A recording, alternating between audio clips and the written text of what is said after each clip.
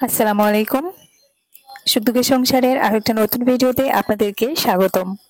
দেশ এবং দেশের বাইরের যে যেখান থেকে আমার ভিডিওটি দেখছেন, আশা করি আল্লাহর রহমতে আপনারা সবাই ভালো আছেন।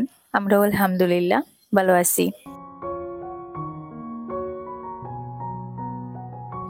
বেশি বড় না, ছোট্ট একটা ভিডিও আপনাদের সাথে শেয়ার করতে যাচ্ছি।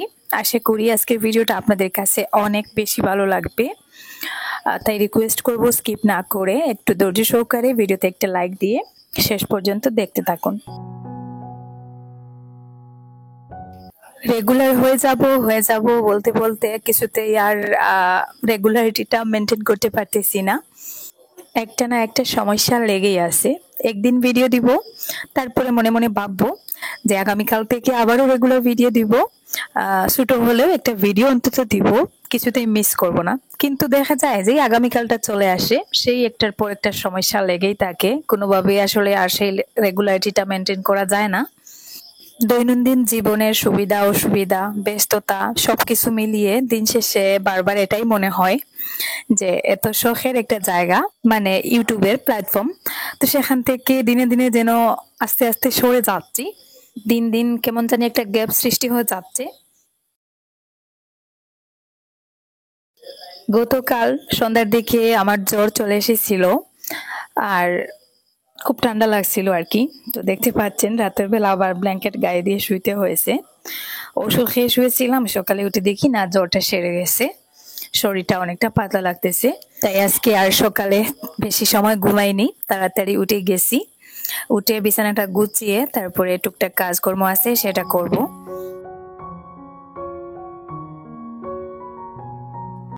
আমার অনেক আপুরা আমি রেগুলার ভিডিও দিতে পারি না বলে দেখা যায় হোয়াটসঅ্যাপে মেসেজ দিচ্ছেন, তারপরে কমেন্টও করেন যে আপু তুমি আগে রেগুলার ভিডিও দিতে, আর এখন কেন রেগুলার ভিডিও দেও না? এখন তো তোমার ক্যামেরাম্যানও আছে, তারপরে তোমাকে কাজে হেল্প করার জন্য আরো দুইটা মেয়ে আছে।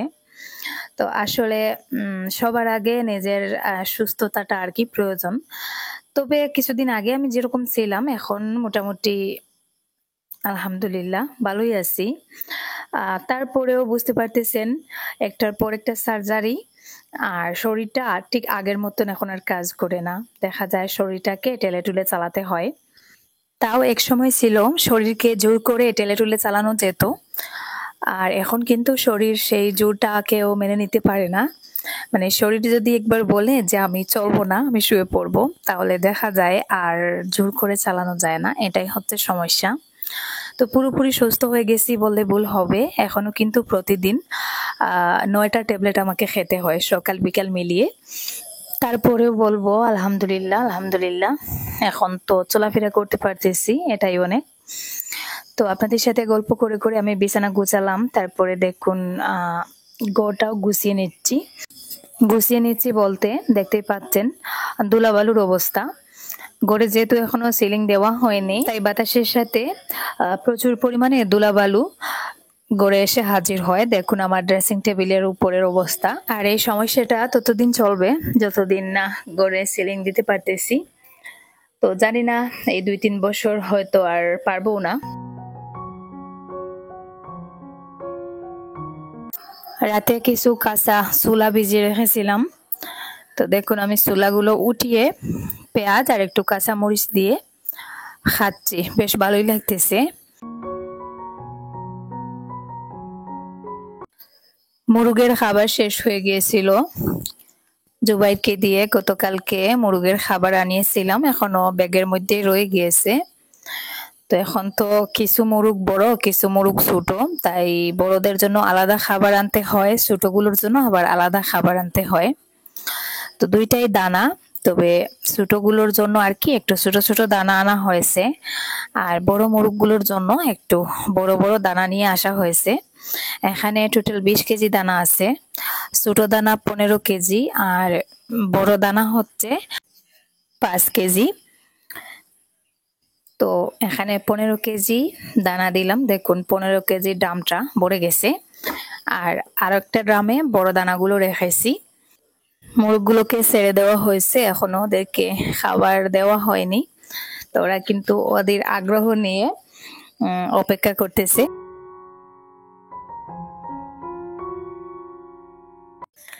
দেখুন খাবারটা আমি লুকিয়ে এনেছিলাম, ওরা কিন্তু টের পায়নি। তো এমনিতেই ওরা আমাকে দেখলেই এভাবে চারদিক দিয়ে ঘিরে ফেলে। দেখুন আমার সাথে লড়াই শুরু করে দিয়েছে খাবারের জন্য। আমার হাত থেকে খাবার খেতে ওদের বেশি ভালো লাগে, আর আমারও ভালো লাগে। ঠোঁট দিয়ে যখন টুকরে টুকরে হাত থেকে খাবার নেয়, হাতের মধ্যে কেমন জানি একটা সুরসুরি লাগে, বেশ ভালোই লাগে। তো দেখুন, আর একটু সুযোগ পেলে ওরা কিন্তু আমার কুলে উঠে যাবে, এরকম একটা অবস্থা। আর খুব সহজভাবেই ওদেরকে ধরা যায়, ওরা কিন্তু একেবারেই মানুষকে ভয় পায় না। তো আমি 2-3টা মুরগি রেখে বাকি মুরগগুলো বিক্রি করে দিব ভাবছি। তবে বিক্রি করতে গেলেই দেখা যাচ্ছে ভালো দাম পাওয়া যাচ্ছে না, সস্তা।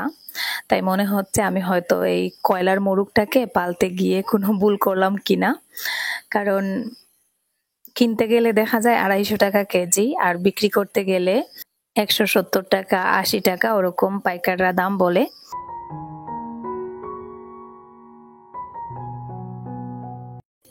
এই যে দেখুন, ছোট বিড়ালটা আমার বড় বিড়ালটাকে একেবারে বাড়ি থেকে তাড়িয়ে দিয়েছে। ওর জ্বালা এখন আর আমার বড় বিড়ালটা বাড়িতে থাকতে চায় না। বাড়িতে আসলেই ছোট বিড়ালটা বেশিরভাগ সময় ওর সাথে দুষ্টুমি করে আর ও রাগ করে চলে যায়। আকাশের অবস্থা দেখুন, আজকের আকাশটা কিন্তু বেশ সুন্দর। আর আমি চলে এসেছি রান্নাঘরে, এখন কিছু ছোলা ভুনা করব আর সাথে পরোটা ভাজবো আর কি, নাস্তার জন্য।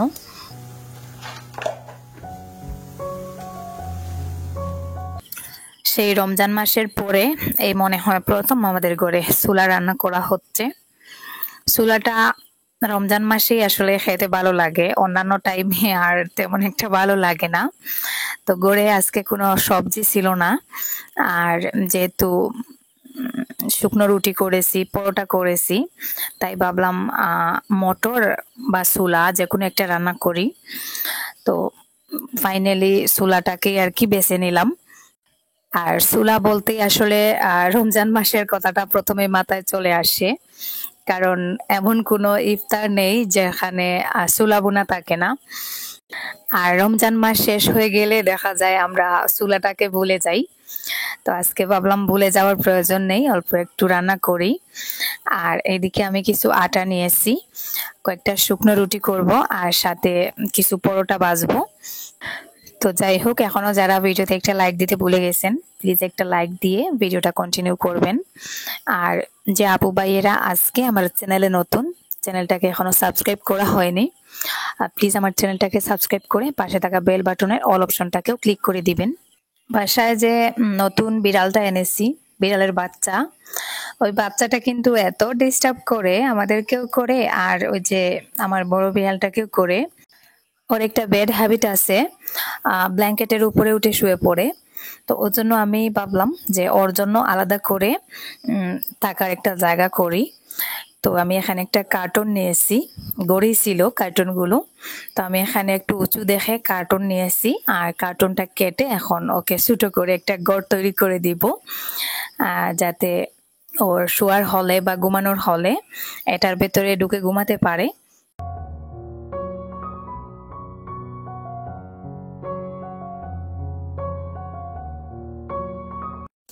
দেখুন, একবার দেখিয়েছিলাম, সে এখন কিন্তু নিজে নিজেই ঢুকে যাচ্ছে। ওর ঘরটা রেডি হয়ে গেছে, এখন শুধু নিচে একটু কাপড় দিব। দেখুন, ও নিজে থেকেই ভেতরে ঢুকে বসে আছে, আর একটা আঙ্গুল দিলে সেভাবেই আঙ্গুলটা আর কি জাপটে দৌড়ার চেষ্টা করে। তো সাধারণত ছোট বিড়ালের বাচ্চাগুলো এরকমই করে। তো আমি এখানে একটা কাপড় দিয়ে দিচ্ছি, বিড়ালদের সবসময় একটু ঠান্ডা ঠান্ডা ভাব থাকে, তো যাতে একটু আরাম করে ঘুমাতে পারে, তাই একটা পুরনো কাপড় দিয়ে উপরের দিকটা এভাবে বন্ধ করে দিব।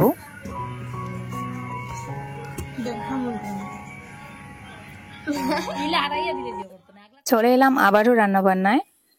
এখানে দেখতে পাচ্ছেন আটাটা আমি আগেই মেখে রেখেছিলাম, একটু নরম হওয়ার জন্য ঢাকনা দিয়েছিলাম, মোটামুটি এখন নরম হয়ে গেছে। আমি রুটিগুলো বেলে নিব।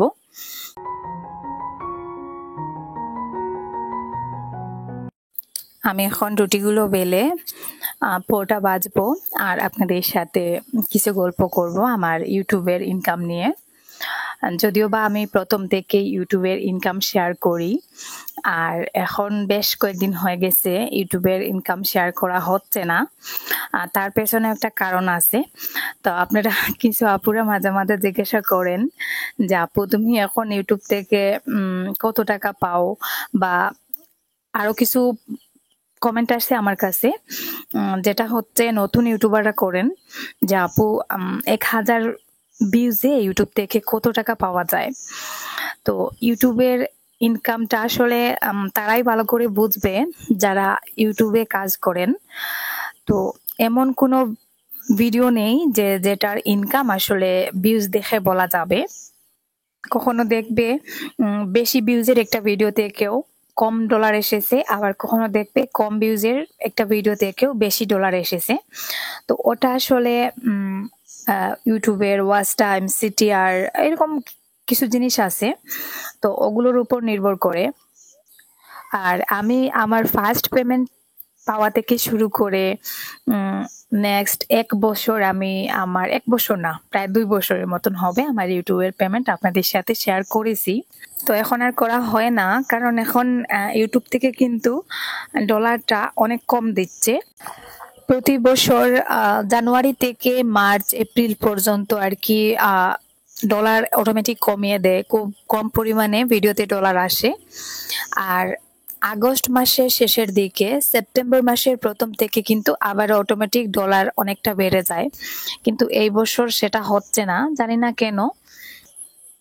কিরকম ভিউজে ঠিক কতটা ডলার আসতে পারে সেটা আমি আজকের এই ভিডিওতে আপনাদের সাথে শেয়ার করব। একটু পরে সরাসরি আমি আমার চ্যানেলে ঢুকে দেখিয়ে দিব, ততক্ষণ পর্যন্ত আপনারা দেখতে থাকুন।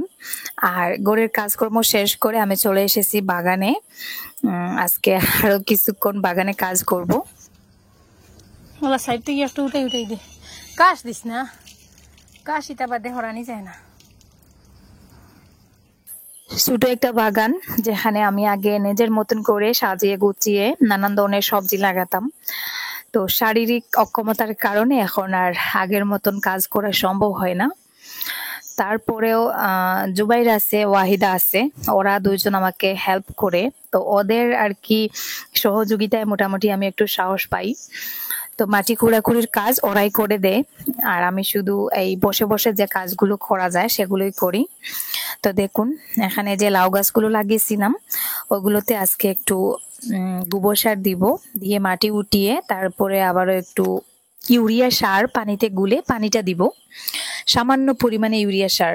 আমি অন্য কোনো ধরনের সার ব্যবহার করি না, জাস্ট গোবর সার। আর গাছগুলো আর কি বেড়ে ওঠার জন্য বা স্বাস্থ্যটা ভালো হওয়ার জন্য সামান্য পরিমাণে ইউরিয়া সার পানিতে গুলে গাছের গোড়ায় দেই। তো যাই হোক, আপনারা দেখতে থাকুন আমি কি কি কাজ করি।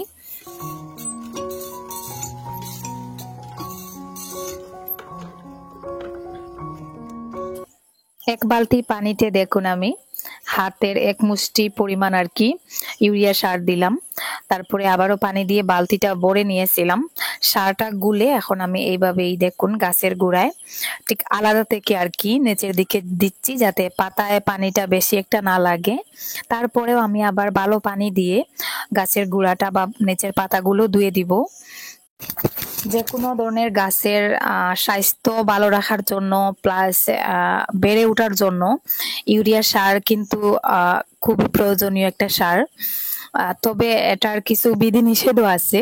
ইউরিয়া সার যেমন ইচ্ছা তেমন ভাবে ব্যবহার করা যায় না, আর এভাবে পানিতে গুলে তারপর খুব সাবধানতার সহিত পানিটা গাছের গোড়ায় দিতে হয়, এতে করে মাটিগুলো সারপূর্ণ হয়।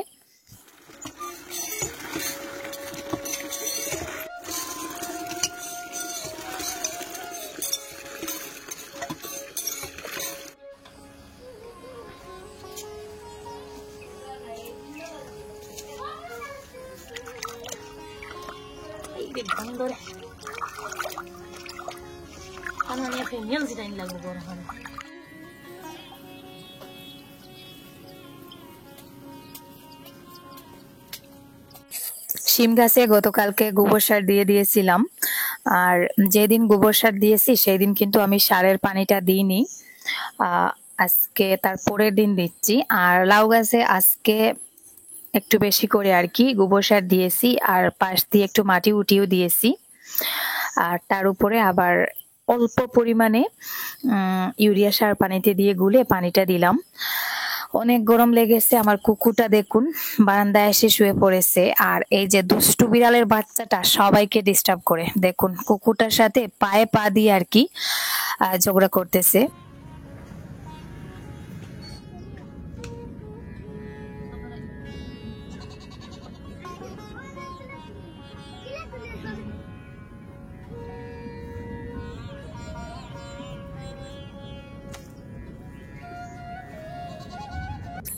গোসল করে দুপুরের খাওয়া দাওয়া শেষ করে আজকে অনেকদিন পর মা ছেলে আমাদের গড়ের উপরে খোলা মাঠটাতে যাচ্ছি, যেখানে আমি প্রায় প্রতিদিন আসতাম। তো আজ মনে হয় 3 মাস 4 মাস হয়ে গেছে ওখানে আসা হয়নি। আজকে 3 4 মাস পরে ভাবলাম উপরে এসে একটু বসি। আগে আমার যখনই মন খারাপ হতো বা গড়ে ভালো লাগতো না, আমি কিন্তু ওই জায়গায় এসে বসতাম। ওখান থেকে বসে নিচের ভিউটা এত ভালো লাগে, মনটা অটোমেটিক ভালো হয়ে যায়। আর বিকালের সূর্য অস্ত যাওয়ার দৃশ্যটাও আর কি এখানে বসে বসে উপভোগ করা যায়। তো আজকে অনেকদিন পর ছেলেকে নিয়ে এলাম। আমি অনেক উঁচু একটা পাহাড়ের মাথায় বসে আছি, আর নিচের ভিউটা কত সুন্দর। সামনে একটা ব্যাটালিয়ন ক্যাম্প আছে। তো আপনাদেরকে আমি দেখাবো খুব খোলামেলা একটা পরিবেশ, যেটা হয়তো আমার পুরোনো ভিডিওতে আপনারা অনেকবার দেখেছেন। এই দেখুন আমি কিন্তু অনেক উঁচু থেকে ভিডিওটা করতেছি। ওই যে সামনে যে জায়গাটা দেখা যাচ্ছে ওটা হচ্ছে আমাদের বাজার, আর এটা হচ্ছে ঈদগাহের মাঠ, আর আমাদের বাজারের একটা মসজিদ। এটা হচ্ছে মসজিদ, আর ওই যে দেখুন ব্যাটালিয়ন ক্যাম্পের যে কোয়ার্টার গুলো আর কি ওগুলো দেখা যাচ্ছে। তো এই যে দেখুন বিকালের দিকে সূর্যটা অস্ত যাচ্ছে। তো ছেলেকে নিয়ে একটু হাঁটলাম, বসলাম, তারপরে আবার গড়ের উদ্দেশ্যে রওনা দিয়ে দিয়েছি। আমাদের গড়ে এখান থেকে যেতে 1 মিনিটও সময় লাগে না, কারণ আমাদের গড়ের ঠিক উপরে আর কি ওই জায়গাটা। তো এখানে এসে দেখলাম ছাগলটাও ঘাস খাচ্ছে, আর আমাদেরকে দেখে আবার ছাগলটাও আমাদের সাথে সাথে চলে আসছে। তো এই যে আরো একজন আমাদের বডিগার্ড, যেদিকে যাব উনি সাথে সাথেই থাকবেন। কিছুদিন আগে একটা ঝামেলার কারণে মন্দিরে পুলিশ এসেছিলেন, তারপর থেকে আমি আর ওখানে যাইনি। যদিও বা মন্দির তার একটু পূর্ব দিকে, আর মন্দিরের সামনে একটা খালি ফাঁকা মাঠ আছে আর কি। তো আমি ওখানে গিয়ে বসি, মন্দিরের ওই পাশ দিয়ে আমি যাই না। তো যাই হোক, এখন আমি চলে এসেছি আমার ইউটিউবের ইনকামটা আপনাদের সাথে শেয়ার করার জন্য। তো দেখবেন আমি আমার চ্যানেলে ঢুকে গেলাম। দেখুন, তো দেখতে পাচ্ছেন আমার চ্যানেলের লোগো দেওয়া আছে, আর এই যে আমার ভিডিওগুলো। আজ থেকে 6 দিন আগে একটা ভিডিও আমি আপলোড করেছিলাম। দেখুন ভিডিওতে ভিউজ হয়েছে 4500। তো এটার ইনকামটা আমি আপনাদেরকে দেখাই। ওয়াচ টাইম 520 ঘন্টা, আর ইনকামটা দেখুন 3 দিনে 1400 টাকা। যেহেতু ওটা 3 4 দিন আগের ভিডিও ছিল। তারপরের আর একটা ভিডিও দেখুন 19 মিনিট 14 সেকেন্ডের একটা ভিডিও। এটাতে তেমন একটা ভিউজ আসেনি, 3800। তো ওয়াচ টাইম 290 ঘন্টা। আর এই যে ইনকামটা দেখুন আজকে 2-3 দিনে 851 টাকা। ইউটিউবের ইনকামটা আসলে অনেকটা কমে গেছে। আর এখানে দেখুন আমি আরেকটা ছোট ভিডিও শেয়ার করেছিলাম। দেখুন 533টা ভিউজ হয়েছে। তো ইনকাম দেখুন 6 টাকা 61 পয়সা। তো আরেকটা ভিডিও আমি আপনাদেরকে দেখাই। এই যে দেখুন 3900 ভিউজ, 2 দিন আগের একটা ভিডিও। তো এটার ওয়াচ টাইমটা দেখুন, ভালোই ওয়াচ টাইম এসেছে 465 ঘন্টা। আর এই যে দেখুন এই ভিডিও থেকে 1100 টাকা ইনকাম হয়েছে। আমি ভিডিওতে বেশি বেশি করে এড লাগাই, তারপরেও ইনকামটা দেখতে পাচ্ছেন। আর যারা কম করে এড লাগায় তাদের তো ইনকাম আরো কম হয়। তো সর্বশেষ ভিডিও 3400 ভিউজের যে ভিডিওটা, এটার আমি ইনকামটা আপনাদেরকে দেখাই। এই যে দেখুন 3400 ভিউজ হয়েছে আর ইনকামটা দেখুন 852 টাকা। তো আমি এখানে যে ভিডিওগুলো দেখালাম অন্য সময় হলে এই ভিডিওগুলোতে 2000 প্লাস করে টাকা আসতো, কিন্তু এখন এই বছর ইউটিউবে ডলারটা অনেকটা কমিয়ে দিয়েছে, যার কারণে ইউটিউবে কাজ করার উৎসাহটাও আর আগের মতন পাই না। একটা ভিডিওর পেছনে যতটা পরিশ্রম হয় সেই অনুযায়ী আসলে ইনকামটা হয় না। তো যাই হোক, আশা করি আপনারা বুঝতে পেরেছেন। আর আজকের মতো এই পর্যন্ত। সবাই ভালো থাকুন, সুস্থ থাকুন, দেখা হবে নতুন ভিডিওতে। আল্লাহ হাফিজ, আসসালামু আলাইকুম।